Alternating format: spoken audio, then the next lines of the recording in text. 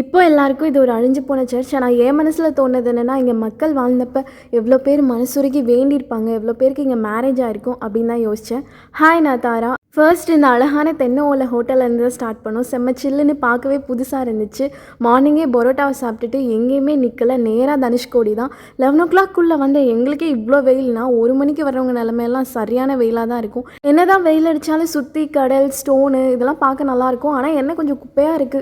தனுஷ்கோடி வர்ற யாராலையும் இந்த வாட்டர்மெலன் சாப்பிடாம போ முடியாது. ஏன்னா அவ்வளோ வெயில். நெக்ஸ்ட்டு இந்த ஷெல்லில் பண்ண பிரேஸ்லெட்லாம் நான் வாங்கினேன். இங்கே இந்த மாதிரி ஒரிஜினல் நிறையா இருக்கும். அதுக்கப்புறம் சர்ச்சுக்கு தான் வந்தோம். இதை பார்த்தோன்னே எனக்கு ஒரு மாதிரி ஃபீலிங்காகவே இருந்துச்சு. சர்ச் பக்கத்தில் உள்ள கடையிலலாம் இந்த சங்கிலே பண்ண மிரர் வச்சுருந்தாங்க.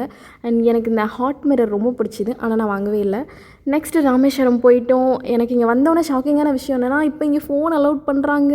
பாம்பன் பிரிட்ஜுக்கு வந்துட்டேன். எவ்வளோ போட்டு கொஞ்ச நேரம் இங்கே அப்படியே நின்றுட்டு ஸ்ட்ரைட்டாக ஹரியமான் பீச் போயிட்டேன். அங்கே போயிட்டு ஷெல் கலெக்ட் பண்ணேன், நண்டு பிடிச்சேன். ஃபர்ஸ்ட் டைம் ஜெல்லி ஃபிஷ் பார்த்தேன். ஃபைனலாக ஒரு சர்பத் குடிச்சிட்டு வேறு என்ன அவ்வளோதான் கிளம்பிட்டேன். பாய்.